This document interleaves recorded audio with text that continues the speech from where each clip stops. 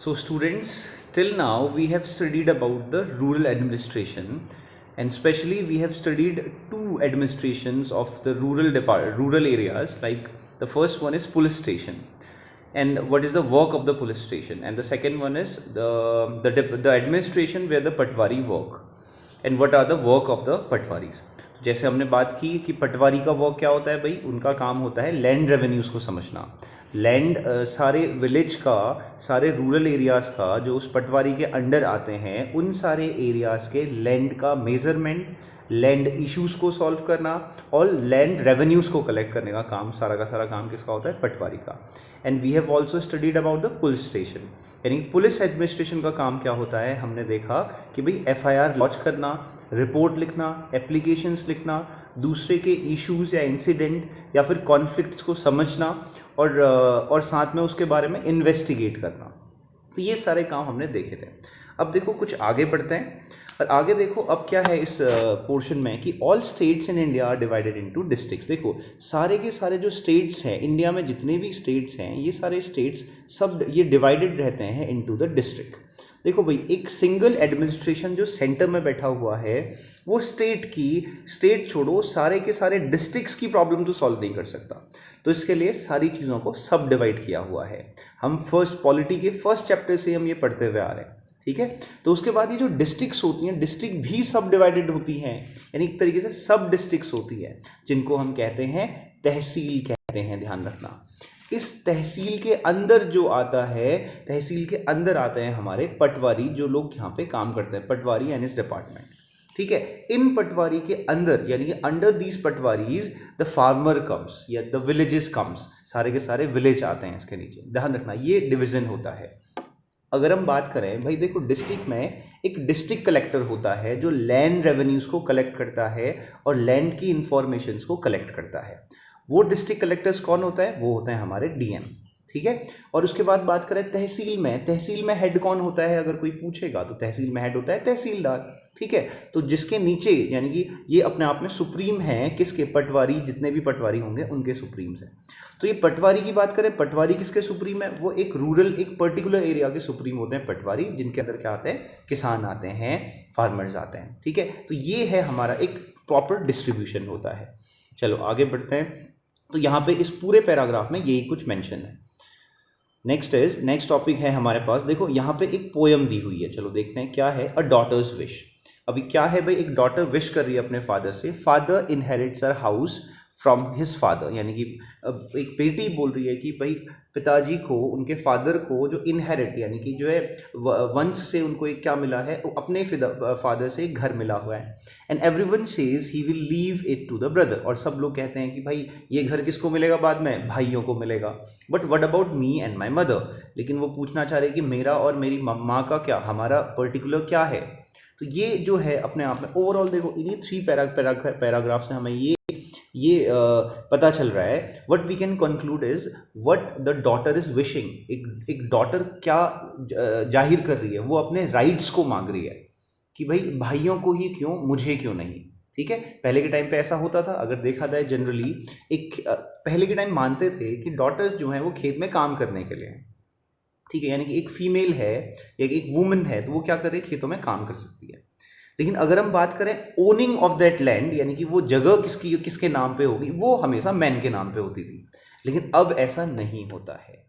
What Hindu succession amendment law 2005। इस law के according ये जो न्यू लॉ है, वो न्यू लॉ क्या है? देखो ओवरऑल मैं तुम्हें बता देता हूँ कि what is this new law. New law के अंदर क्या होता है भाई, अब ऐसा ज़रूरी नहीं है कि अगर किसी फादर की बहुत सारी ज़मीन या फिर जितनी भी वो ओन करते हैं, लैंड या घर या गाड़ी वटेवर, तो उसमें उन सभी में अगर डिस्ट्रीब्यूशन होगा तो डेफिनेटली इक्वल डिस्ट्रीब्यूशन होगा, इंक्लूडिंग सिस्टर्स। केवल ब्रदर्स ही ब्रदर्स में डिस्ट्रीब्यूट नहीं करना है। किसको? यानी कि क्या, लड़कियों को भी उतना ही हक है जितना लड़कों के साथ लड़कों को है।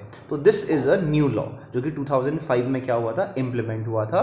This one, the name of this law is Hindu succession amendment act, remember this. तो ये राइट है। तो यहाँ पे एक सुधा की स्टोरी बताई गई है। तो देख लेते हैं स्टोरी के बेस पे समझते हैं इस लॉ को, इस स्टोरी के बेस पे समझते हैं। The law will benefit a large number of women, ठीक है, ये हमने पढ़ा। For example, Sudha is the eldest daughter of an agriculture family. एक सुधा है जो अपने आप में क्या है, एल्डेस्ट डॉटर है, सबसे बड़ी डॉटर है किसी एग्रीकल्चर फैमिली यानी कि किसान की फैमिली के। आगे पढ़ते हैं। After her father's death, she is married and lives in a neighbouring village, यानी कि शादी हो गई, अब वो पड़ोस के गांव में रहती हैं। तो क्या है भाई, लेकिन जब after her death, father's death, उनके जो पिता की जब डेथ हो गई तो सुधा क्या करती थी, Sudha often comes to help her mother with the farming work, यानी कि जैसे हार्वेस्टिंग के टाइम पे, फार्मिंग वर्क का मतलब क्या है, कहीं कटाई चल रही है, यानी कि घास की कटाई चलती है जब टाइम आता है हार्वेस्टिंग का, या फिर फसल की कटाई चलती है, तो क्या करती है वो लड़की सुधा जो है अपनी माँ के घर पे आती है और अपने आप में क्या करती है, अपनी माँ का हाथ बटाती है, हेल्प करती है।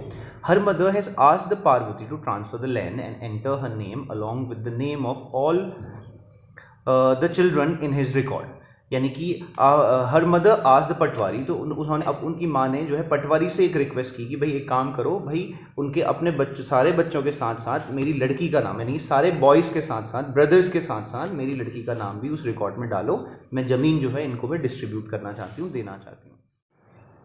तो इस छोटी स्टोरी से क्या पता चल रहा है, जो सुधा की मदर है वो अपने आप में क्या है भाई, इक्वल राइट्स पे बिलीव करती हैं। वो ब्रदर के साथ साथ उन्होंने वो जो ज़मीन है वो किसको दी है, अपनी सुधा को भी दी हुई है, अपनी बेटी को भी दी हुई है, ठीक है। और यहाँ पे लिखा है Sudha's mother confidently organise the farming with the help of the younger brother and sister. तो यानी कि सुधा जो है अब सेटिस्फाइड है, वो अपनी फार्मिंग प्रॉपरली कर रही है, उसके सुधा के यंगर ब्रदर के साथ साथ सुधा को इंक्लूड करते हुए, ठीक है। तो यानी कि उन्होंने क्या किया है, अ न्यू लॉ जो हमने पढ़ा 2005 में इंप्लीमेंट हुआ था, उसको फॉलो किया हुआ है। So this is it. Overall chapter की समरी में हमने देखा था कि भाई सबसे पहले the story begins with the chapter begins with the Mohan and Raghu. उनकी एक स्टोरी से स्टार्ट हुआ था चैप्टर, मोहन और रघु। तो इन दोनों के बीच में क्या हुआ था, लैंड रिलेटेड क्या हुआ था, कॉन्फ्लिक्ट हुआ था। जैसे ही कॉन्फ्लिक्ट हुआ तो वो कहाँ गए थे भाई, they went to the police station, एक पुलिस एडमिनिस्ट्रेशन में गए। तो एक गांव में एक एस्टेब्लिश होता है पुलिस एडमिनिस्ट्रेशन, उस रूरल एरिया में जो पुलिस एडमिनिस्ट्रेशन है उसमें जो वर्क था हमने उसको समझा था कि भाई पुलिस का क्या काम होता है। एंड देन वी कंक्लूड कि क्या भाई ऐसा पॉसिबल है कि भाई पुलिस स्टेशन में बिना जाए क्या ये इशू सॉल्व हो सकते हैं, हमने इस चीज़ पे ध्यान दिया था। तो द आंसर इज येस, ये सॉल्व हो सकते हैं, लेकिन ये सॉल्व करेगा कौन, पटवारी सॉल्व करेगा।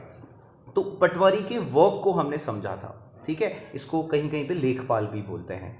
एंड इसके बाद हमने देखा कि भाई एक जो डिवीज़न है, स्टेट, डिस्ट्रिक्ट, फिर सब डिस्ट्रिक्ट यानी कि तहसील, और उसके नीचे पटवारी, एक सब डिवीज़न को समझा था। एंड लास्ट में हमने एक डॉटर्स विश, एक पोयम को समझा था, जहाँ पे एक डॉटर जो है अपने फादर से या फिर इस लॉ से जो है एक रिक्वेस्ट करती है कि हमारा राइट कहाँ है।